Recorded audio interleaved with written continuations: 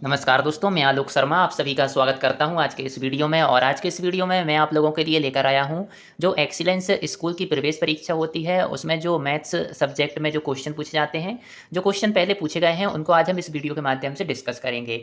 तो सबसे पहले यहाँ पर आप देख सकते हैं, आपसे पूछा गया है कि एक सिलाई मशीन का अंकित मूल्य 1280 रुपये है। इस पर एक दुकानदार द्वारा 10% बट्टा दिया जाता है, तो सिलाई मशीन का विक्रय मूल्य होगा।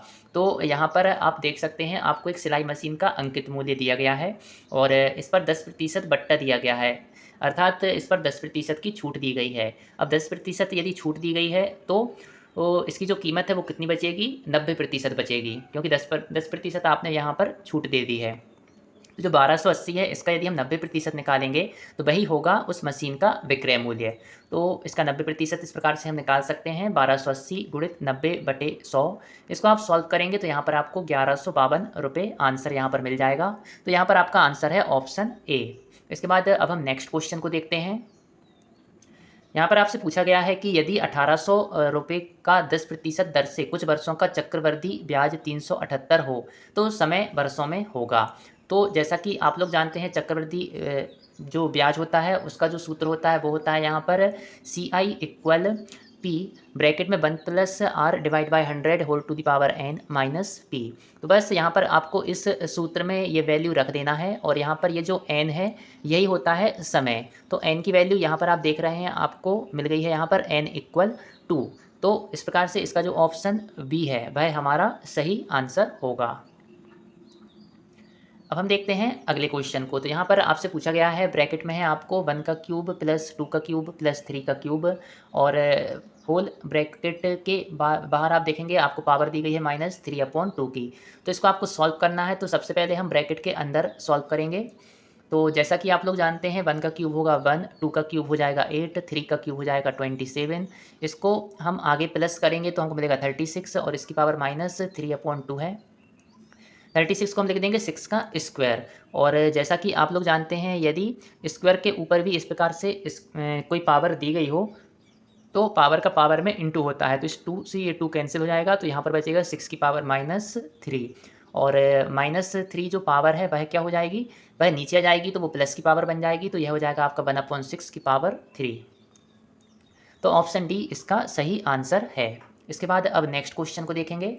तो यहाँ पर आपको x² और xy² का महत्तम समापवर्तक निकालना है। तो महत्तम समापवर्तक क्या होता है? HCF। जो कॉमन फैक्टर होता है, जो आपका हाईएस्ट कॉमन फैक्टर होता है, वह आपको यहाँ पर फाइंड करना है। तो यहाँ पर आप देख सकते हैं x यहाँ पर भी है और x यहाँ पर भी है। तो एक तो हमको x मिल जाएगा, इसी प्रकार से यहाँ पर y है, यहाँ पर भी y है, तो एक हमको y मिल जाएगा। तो x × y यहाँ पर हमारा आंसर होगा। तो यहाँ पर ऑप्शन डी हमारा सही आंसर है। इसके बाद नेक्स्ट क्वेश्चन आपसे पूछा गया है यहाँ पर कि मोहन की वर्तमान आयु x+3 वर्ष है, तो 8 वर्ष पूर्व उसकी आयु थी। तो जैसा कि आप लोग जानते हैं कि यदि आपकी उम्र अभी 10 वर्ष है तो 2 वर्ष पहले कितनी होगी? 10 में से 2 आप माइनस कर देंगे। इसी प्रकार से यहाँ पर मोहन की वर्तमान आयु x+3 वर्ष है और 8 वर्ष पूर्व आपसे पूछी गई है, तो x+3 में से हम माइनस कर देंगे यहाँ पर 8, तो हमको मिलेगा x-5। और यहाँ पर आप देख सकते हैं ऑप्शन सी हमारा राइट आंसर है।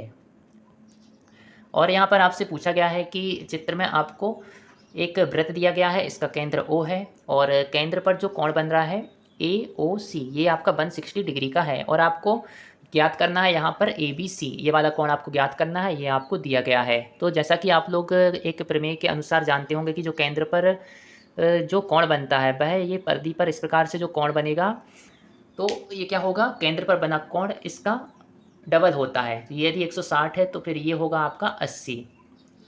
बस इसमें आपको ये देखना होता है कि ये जो 2 पॉइंट हैं, 2 पॉइंट से ही आपका केंद्र पर कोण बनना चाहिए और इन्हीं 2 पॉइंट से आपका जो वृत्त की ये जो परिधि है इस पर कोण बनना चाहिए। तो परिधि पर बना कोण जो केंद्र पर बने कोण का आधा होता है, केंद्र वाला कोण दुगना होता है और परिधि वाला जो कोण है वह आपका आधा होता है। तो ये 160 है तो ये आपका 80 हो जाएगा। तो ऑप्शन बी हमारा सही उत्तर यहाँ पर है। यहाँ पर आपको ज्ञात करना है कि इनमें से कौन सी जोड़ी पाइथागोरस त्रिक है। तो पाइथागोरस त्रिक क्या होता है? जो आपको 3 नंबर दिए गए हैं उनमें से आपको सबसे मैक्सिमम नंबर का स्क्वायर करके देखना है और बाकी की जो 2 नंबर और हैं उनका भी स्क्वायर करके देखना है। तो बड़े नंबर का जो स्क्वायर है वह इक्वल होना चाहिए बाकी 2 नंबर के स्क्वायर के सम का। तो यहाँ पर आप देख सकते हैं जो आपका ऑप्शन सी है इसमें आप 10 का वर्ग करेंगे तो आएगा यहाँ पर 100 100 और 6 का वर्ग करेंगे तो 36 36 आएगा। 8 का वर्ग करेंगे तो 64 आएगा यहाँ पर। तो 36 और 64 को प्लस करेंगे तो 100 जाएगा जो कि आपके इसके स्क्वायर के इक्वल है। तो यही हमारा राइट आंसर होगा ऑप्शन सी।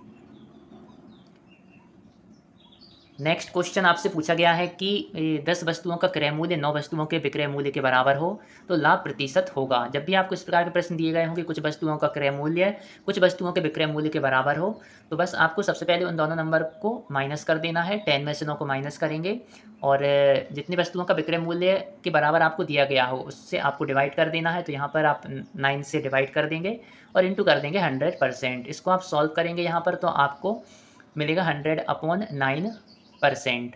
इसको और आप सॉल्व करेंगे तो 9 वन जा 9 यहाँ पर बचा 10 9 वन जा 9 1 आपका रिमाइंडर बचा तो इसको हम लिख सकते हैं 11 1/9%। तो ऑप्शन बी यहाँ पर हमारा राइट आंसर है। अगला प्रश्न है एक आयत की लंबाई 4 सेंटीमीटर चौड़ाई 3 सेंटीमीटर है तो उसके विकर्ण की माप होगी। तो आपको विकर्ण की माप यहाँ पर ज्ञात करना है। तो विकर्ण की माप कितनी होती है आयत के? तो इसका फॉर्मूला होता है विकर्ण का वर्ग बराबर होता है जो आपकी लंबाई होती है उसका वर्ग प्लस जो चौड़ाई होती है उसका वर्ग। तो लंबाई यहाँ पर दी गई है 4 तो इसका वर्ग कर दिया और चौड़ाई दी गई है 3 तो इसका वर्ग कर दिया। इसको आप सॉल्व करेंगे तो आपको मिलेगा विकर्ण का वर्ग बराबर 25 और ये जो वर्ग है आपका इधर जाएगा तो वर्गमूल बन जाएगा तो आपका आंसर जाएगा 5। तो ऑप्शन सी यहाँ पर राइट आंसर है। अब आपसे पूछा गया है वर्ग अंतराल 200 से 250 की ऊपरी सीमा क्या होगी। ऊपरी सीमा जो 2 नंबर आपको दिए गए हैं वर्ग अंतराल उसमें जो आपको पहले नंबर दिया गया है छोटा वाला नंबर ये होती है इसकी निम्न सीमा और जो बड़ा नंबर दिया गया है ये होती है आपकी ऊपरी सीमा। तो इसका राइट आंसर है ऑप्शन बी 250। यहाँ पर आपको यह क्वेश्चन सॉल्व करना है तो इसमें आप देख सकते हैं इनमें आप देखेंगे कि x इन तीनों में है तो इसका बेस एक सा है तो इसकी पावर प्लस हो जाएंगी। तो इसको हम सॉल्व करेंगे यहाँ पर तो x की पावर में जब हम इन सबको प्लस करेंगे तो आप देखेंगे कि a यहाँ पर 2 बार है b भी 2 बार है और जो c है वो भी 2 बार है। तो 2a + 2b + 2c यहाँ पर हो जाएगा। और नीचे आप देख सकते हैं नीचे भी बेस आपको एक सा दिख रहा है x तीनों में है तो इसकी पावर भी प्लस हो गई और ये ऊपर यहाँ 2 है तो 2 यहाँ पर भी है। और अब यहाँ पर क्या होगा 2 का आप अंदर इंटू करेंगे यहाँ पर पावर में तो 2a + 2b + 2c हो जाएगा ये। तो इस प्रकार से जो अंश और हर है वो एक सा हो गया है तो दोनों एक दूसरे को यहाँ पर कैंसिल कर देंगे तो आंसर आएगा 1। तो ऑप्शन बी इसका राइट आंसर है। अगला प्रश्न आपसे पूछा गया है कि बेलन का वक्र पृष्ठ है। यहाँ पर आपको बेलन के वक्र पृष्ठ का सूत्र लिखना है। तो बेलन जिसकी त्रिज्या r है और ऊंचाई h है तो इसका वक्र पृष्ठ होता है 2πrh। तो ऑप्शन ए इसका राइट आंसर है। यहाँ पर आपसे पूछा गया है कि किस खाते पर बैंक ब्याज नहीं देती है। तो आपको बताना है कि इनमें से कौन सा खाता है जिस पर बैंक ब्याज नहीं देती है। तो ऑप्शन ए इसका राइट आंसर है करेंट अकाउंट। इस खाते पर बैंक ब्याज नहीं देती है। यहाँ पर आपसे पूछा गया है कि एक सिक्का जिसका व्यास 2 सेंटीमीटर है उसकी परिधि की माप होगी। तो यहाँ पर आपको एक सिक्के के बारे में बात की गई है। सिक्का होता है वृत्ताकार और व्यास यदि 2 सेंटीमीटर है तो इसकी त्रिज्या हो जाएगी 1 सेंटीमीटर। व्यास की आधी होती है त्रिज्या। तो परिधि का सूत्र होता है 2πr और यहाँ पर हम r की वैल्यू रख देंगे 1 तो परिधि हमको मिल जाएगी 2π। तो ऑप्शन बी यहाँ पर हमारा राइट आंसर है। नेक्स्ट क्वेश्चन है एक चतुर्भुज के 3 कोण क्रमशः 100 110 तथा 85 हैं तो इसके चौथे कोण का मान होगा। तो जैसा कि आप लोग जानते हैं चतुर्भुज के जो चारों कोण होते हैं उनका योग 360 डिग्री होता है। तो यहाँ पर 3 कोण आपको दिए गए हैं तो चौथा कोण हमने यहाँ पर x मान लिया, चारों का टोटल किया तो 360 लिख दिया और इसको आप सॉल्व करेंगे तो x की वैल्यू यहाँ पर आपको मिलेगी 65। तो ऑप्शन बी यहाँ पर हमारा राइट आंसर है। अगला क्वेश्चन है कौन सा व्यंजक बहुपद नहीं है। तो इनमें से आपको बताना है कि कौन सा व्यंजक बहुपद नहीं है। तो जो बहुपद होता है उसमें जो वेरिएबल होता है उसकी पावर इस प्रकार से रूट के अंदर नहीं होनी चाहिए। तो आप कह सकते हैं कि जो ऑप्शन सी है यह व्यंजक बहुपद नहीं है क्योंकि ये जो वेरिएबल है इसकी जो पावर है यहाँ पर आप देख सकते हैं रूट के अंदर वेरिएबल है। इसलिए ऑप्शन सी हमारा राइट आंसर है कि यह हमारा जो व्यंजक दिया गया है यह बहुपद नहीं है।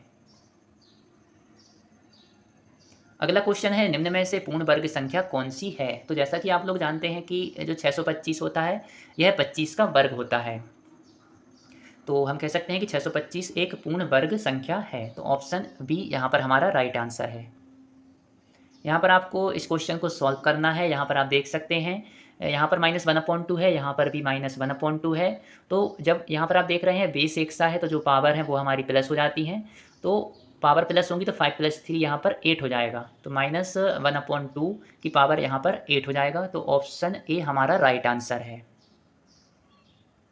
नेक्स्ट क्वेश्चन है 4x + 3/2x + 7 = 3। तो x की वैल्यू यहाँ पर आपको ज्ञात करना है।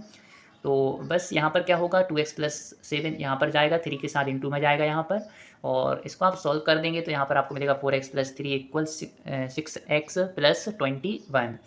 इस प्रकार से आपको x की वैल्यू यहाँ पर -18 मिल जाएगी।